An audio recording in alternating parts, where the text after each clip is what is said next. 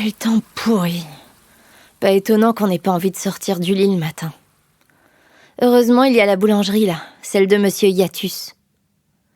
J'ai lu dans un magazine que certains commerçants ajoutent parfois des arômes qu'ils pulvérisent devant leur boutique, histoire de nous appâter. Je me demande si Monsieur Hiatus le fait lui aussi. Ou bien si les pains au chocolat que je dévore souvent en fin de semaine, au hasard d'un bus en retard, sentent finalement si fort qu'ils peuvent embaumer la rue tout entière. Je choisis la confiance, mais ça n'exclut pas la méfiance. Je m'égare et je pars dans mes délires. C'est dingue comme j'ai du mal à garder mes pensées entretenues, pleines sur Terre. Elles finissent toujours par s'envoler et planer au-dessus d'un tas de choses dont je devrais probablement me préoccuper davantage. J'entre dans la boutique sans réfléchir plus longtemps. On n'est pas vendredi, mais en mon fort intérieur, je sens que j'ai besoin de ça. Je veux sentir la pâte feuilletée dorée de beurre fondu croustiller entre mes lèvres et le bâtonnet de chocolat fondre au contact de mon palais. La peur pousse parfois à la gourmandise, paraît-il. Comment ils appellent ça dans les émissions de cuisine déjà ? Ah oui, c'est un plat réconfortant, voire régressif. Et je sais que ce pain au chocolat va à coup sûr me revigorer. La vendeuse est toujours si gentille et je vois l'effort qu'elle fait pour que son sourire soit un tant soit peu communicatif. Elle a toujours l'air jeune, cette fille. Pourtant, depuis le temps que je la croise ici, elle doit bien avoir 10 ans de plus que ce que je pense. Certains sont plus gâtés que d'autres, apparemment. Je peux pas m'empêcher de me regarder dans la longue glace qui orne le mur près des portes coulissantes.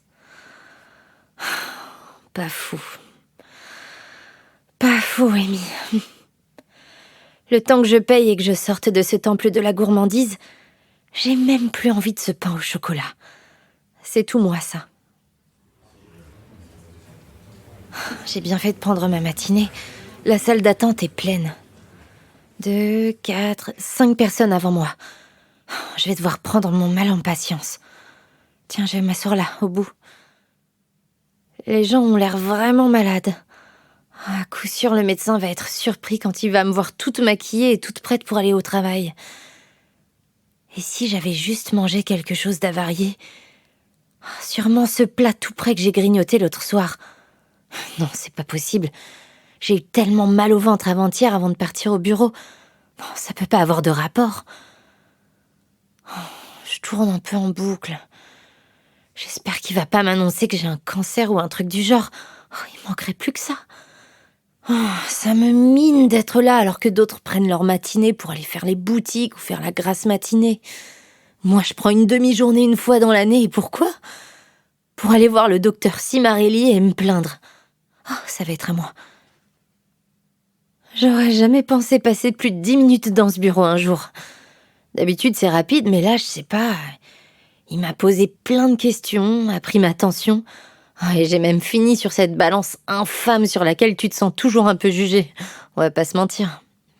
Bon, il faut dire que j'avais peut-être besoin de vider mon sac aussi.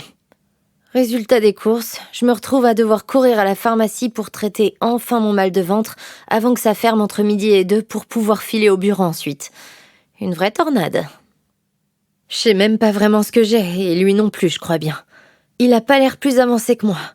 Je suis venue pour un mal de ventre pas possible et qui dure parfois toute une matinée, et j'ai terminé en lui parlant de ce moelleux au chocolat qui me fait même plus envie le mercredi soir et des heures que je passe à contempler le plafond avant de m'endormir.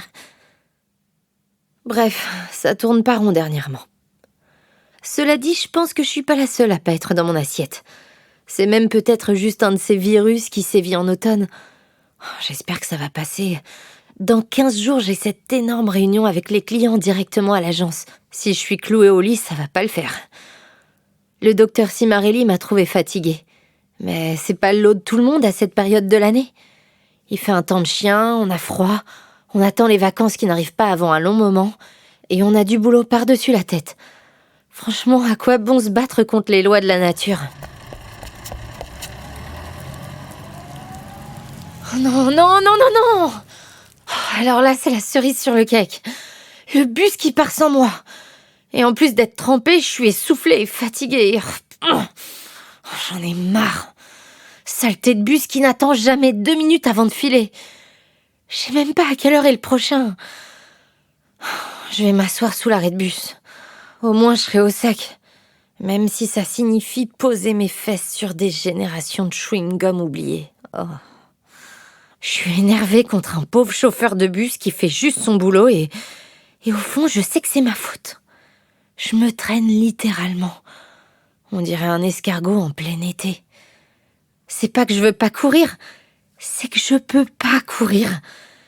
Mes jambes sont comme cotonneuses en plus de ressembler à 2 poteaux. Tu parles d'une trentenaire dans la fleur de l'âge. J'ai l'impression d'alourdir mon propre corps. Encore 15 minutes à attendre le prochain bus. D'habitude, j'aurais enfoncé mes écouteurs dans mes oreilles et écouté de la musique, mais je suis pas d'humeur. Je suis d'humeur pour rien, d'ailleurs.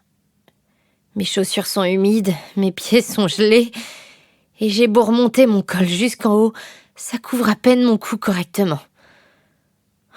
J'aurais dû prendre une écharpe et pas faire la fière en partant ce matin. Dans le bus, je m'assois toujours à la même place.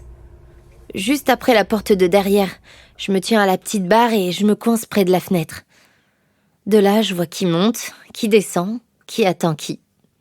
Mon petit plaisir, c'est voir les couples qui s'attendent mutuellement à l'arrêt de bus. C'est trop romantique. Je crois pas que Robin m'ait jamais attendu, mais c'est pas trop son genre. Je sens mon front qui glisse contre la grande vitre et mes yeux qui papillonnent. Émilie, ma vieille, il est 11h, tu piques du nez à l'arrière d'un bus et ton après-midi de boulot va bientôt t'assommer. Alors va falloir boire un bon café et te reprendre vite fait. Merde! Oh, le rendez-vous, j'ai oublié de le noter. Oh, ça commence bien. Faut croire que si Marélie s'inquiète vraiment de ma flore intestinale, vu qu'il m'a redonné un rendez-vous pour dans 15 jours. Oh, j'espère que ces antalgiques auront fait effet d'ici là. Oh, c'est mon arrêt. Allez. Je me sens un peu plus alerte que tout à l'heure. C'est parti pour l'après-midi. Pas de réunion, juste du boulot dans mon coin et je dois vraiment avancer. Sinon, je vais prendre un retard monstre. J'ai croisé Sacha en coup de vent dans le couloir.